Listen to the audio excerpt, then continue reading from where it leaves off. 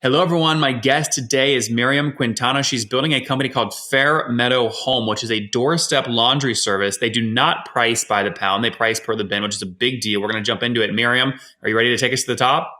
Yes, of course. Okay. So first off, when did you launch this business? When did you get it going?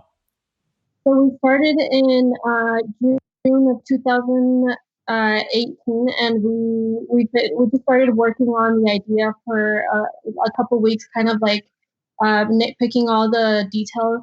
There was three co-founders at the time: Javier, Muniz, Carmen, and myself. And this was an idea that they had actually been thinking about before. It's not something that they were truly like getting into at all because Javier has a software background.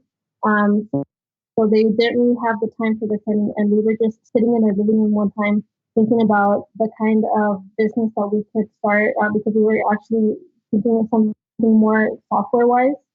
And they just started telling me about the idea, and we just started calling people and making the arrangements, and it just started going from there. So what do you charge per bin and how many pounds can a bin hold? So in a bin, you can fit up to like 25, 30 pounds of laundry, depending on what type of garments are in there. You can fit a quilt, you can fit, a small medium comforter. It costs $15 to have a basic service, which includes just having the Tide free and clear detergent used on there. You can also have a premium service, which will cost $18. And with that, you can add software, you can add a scent, and that also includes in-home delivery for people who have just any doubts of leaving their laundry out on their porch. And in June, so last month, well, July, I guess, how many bins did you guys process? We process an average of 90 bins per day. We work only Monday through Thursday. So we do pickups on Monday through Thursday, and deliveries Tuesday through Friday because we deliver the next day. So if you do 90 per day, 4 days a week, and there's about 4 weeks in a month, you did about 1,400 bins of laundry in July. About it. That's incredible. And at the minimum price point, $15 a pop, you did about $20,000 in revenue, something like that. Yeah, it ranges month to month, but yes, it also depends on the customers. We have a very flexible service where, if you need to skip because you go out of town, or if you need to take a break because you don't have that much laundry, we don't require that those customers keep paying their subscription. We will only charge for the bins that are processed, just to be fair, especially with what's going on, with the pandemic. Not everybody is doing great at work, and we like to be fair in that sense. Well, and I guess no one's traveling, so everyone needs laundry done, right? Yes, of course. Interesting. Where are you? Are you based all around the world, or geographically, where are you based? We're actually only here in Denver, and we have been expanding our service just kind of as demand comes. And right now we're mostly all in the metro area and parts of, in the north, we're only in, I believe it's Commerce City, and it's called Stapleton. And mostly other than that, it's like downtown Denver and a little bit south of that. And in July, again, so last month, how many customers paid you to do at least one bin? We have probably about 300 customers that will service in July. Interesting. Okay, so about 300 customers. Got it. So they're doing, what is that? Anywhere between like 3 to 4 bins each per month, something like that? Yes, because even if one customer has only one bin, and let's say that they skip a week, at least 3 bins were serviced for each customer. Got it. This is a fascinating story, right? So you launched this, you get this going in 2018. How many founders? 3? 3, yes. We Did had you guys, the technical co-founder. I'm sorry, what was did you guys just split it down the middle, 33, 33, 33? that? Yes, we ended up doing that because one of us, so Javier was the technical founder. He was doing all of the software. Cara was taking care of all of the customer onboarding and customer acquisition, and I was doing all of the operation part of it. So are you, who's washing the clothes? Is that you or someone else? No, so we have a team team, we have a facility manager, a facility lead, and we have folders and drivers. That's the Interesting. whole team. How expensive is that? So what were your total expenses last month on all this? We are on, for example, on payroll, we're probably doing like $2,500 a week. Okay. So we're talking about $10,000, give or take. So like it all varies depending on how many bins we have, because all of our folders are being paid by the bin. I see. Now, does that $10,000 a month in payroll? That's just for your facility manager, the washers, the drivers. Does that include you three paying yourself or no? No, not right now. No, When and when do you start paying yourself? I have no idea, but I have really just mainly focused on growing the business because I feel it's the most important, like taking off and making sure that it's supplying itself. Because we haven't had any investments other than the initial investment that Javier and Cara put in. And at this point, they moved out to Puerto Rico, and they started a new venture out there. So it's right now we're separating, and like all of the legally separating them from the company. Mm-hmm. Why have them separate companies? Why not build a massive global brand that does 1 million bins of laundry per week? That is actually that was our very first insight. Right now, we're not separating the company like in half or anything. They just left the company. They're doing something else at this time. Oh, I see. I see. Okay. So if you guys aren't paying yourself from this, how are you making money? How are you paying your rent as a founder and putting, and having food? Well, I actually, before starting this, I had been working with my mom. She has a she has a home cleaning service. So I have been helping her with that. That's actually how I met Cara and Javier. Back in probably like 2015, 2016, my mom's company was cleaning their house, and Cara and Javier actually introduced me to coding, and they helped me kind of get started, and I ended up going to a coding boot camp. After that, Javier let me go on with him onto the company that he's working at. It's called Crown Peak, and I did an internship there. Which after that, that's when he left the Crown Peak, I left with him, and we started this company together. How cool. That's a great story. So you guys have not raised any capital outside of what the founders put in at the beginning, correct? Correct. And are you guys profitable today or are you break even? No, we have some profit. I mean, we've been able to purchase like the vans that we do our deliveries with.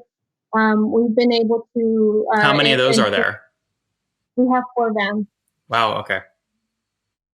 So I mean, we've just been able to make sure that all the money that is spent back into the company, that it's not an extra investment. Like, it's been able to supply itself so far, and have a little extra sometimes. Company gatherings and stuff. We like to make sure that our employee we have a great environment to work in. Mm-hmm. So it just all goes back in. Yep. Now, while I ask this next question, okay, here we go. Yeah, your video just froze, but it's fixed. How many people are on the team today?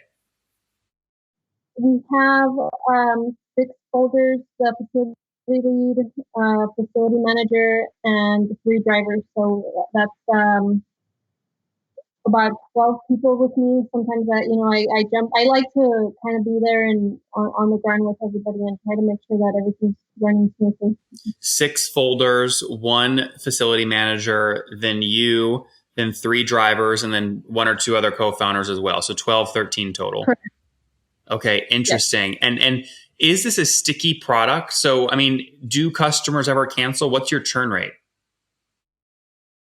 Yes, most of our customers that have canceled is because they're moving out of the service area. We do have, I mean, it's really it's hard to tell you a clear number right now, because of the pandemic. When it first started, we had a lot of customers pause their accounts, and it doesn't mean that they're canceling. It's just like some are taking longer than others to come back.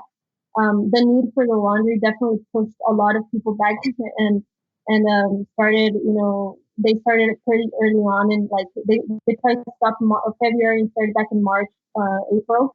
But there are some people that are still being so cautious that they haven't canceled, but they still haven't used their services since like February. Got So it. it's hard.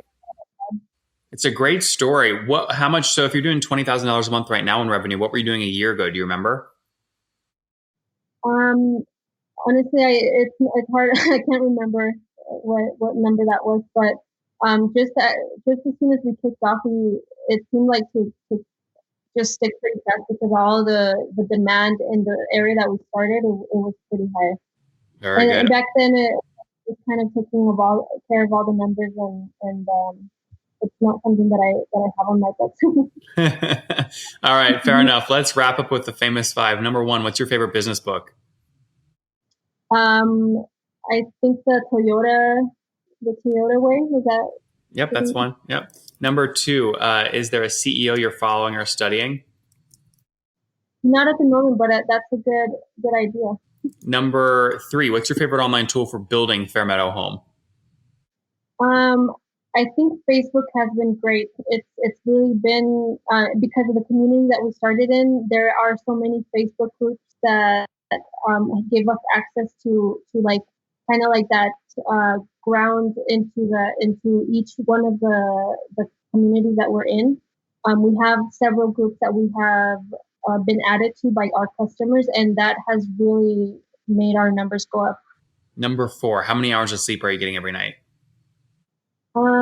Maybe like 4 to 8, depending on the day. It's a big range. What's your situation? Married, single, kids? Married with 2. Oh, 2 kiddos. Very good. And can I ask how old you are? I'm 29.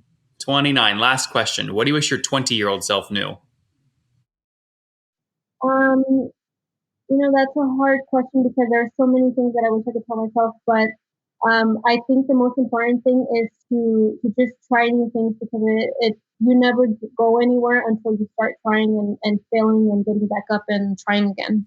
Guys, Fairmeadow Home, they did over 1,500 bins of laundry in July. They service the Denver area. It's an app where consumers, about 300 customers, pay $14 to $18 per bin to have their laundry done.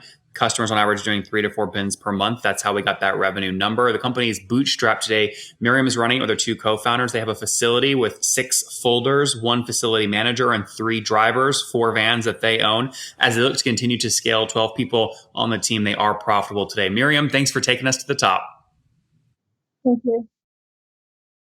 One more thing before you go. We have a brand new show every Thursday at 1 p.m. Central. It's called Shark Tank for SaaS. We call it Deal or Bust. One founder comes on, 3 hungry buyers, they try and do a deal live, and the founder shares back-end dashboards, their expenses, their revenue, ARPU, CAC, LTV, you name it, they share it. And the buyers try and make a deal live. It is fun to watch every Thursday, 1 p.m. Central. Additionally, remember, these recorded founder interviews go live. We release them here on YouTube every day at 2 p.m. Central. To make sure you don't miss any of that, make sure you click the subscribe button below here on YouTube, the big red button, and then click the little bell notification to make sure you get notifications when we do go live. I wouldn't want you to miss breaking news in the SaaS world, whether it's an acquisition, a big fundraise, a big sale, a big profitability statement, or something else. I don't want you to miss it. Additionally, if you want to take this conversation deeper and further, we have by far the largest private Slack community for B2B SaaS founders. You want to get in there. We've probably talked about your tool if you're running a company or your firm if you're investing. You can go in there and quickly search and see what people are saying. Sign up for that at nathanlatka.com/Slack. In the meantime, I'm hanging out with you here on YouTube. I'll be in the comments for the next 30 minutes. Feel free to let me know what you thought about this episode. And if you enjoyed it, click the thumbs up. We get a lot of haters that are mad at how aggressive I am on these shows, but I do it so that we can all learn. We have to counter those people. We got to push them away. Click the thumbs up below to counter them and know that I appreciate your guys' support. All right, I'll be in the comments. See ya.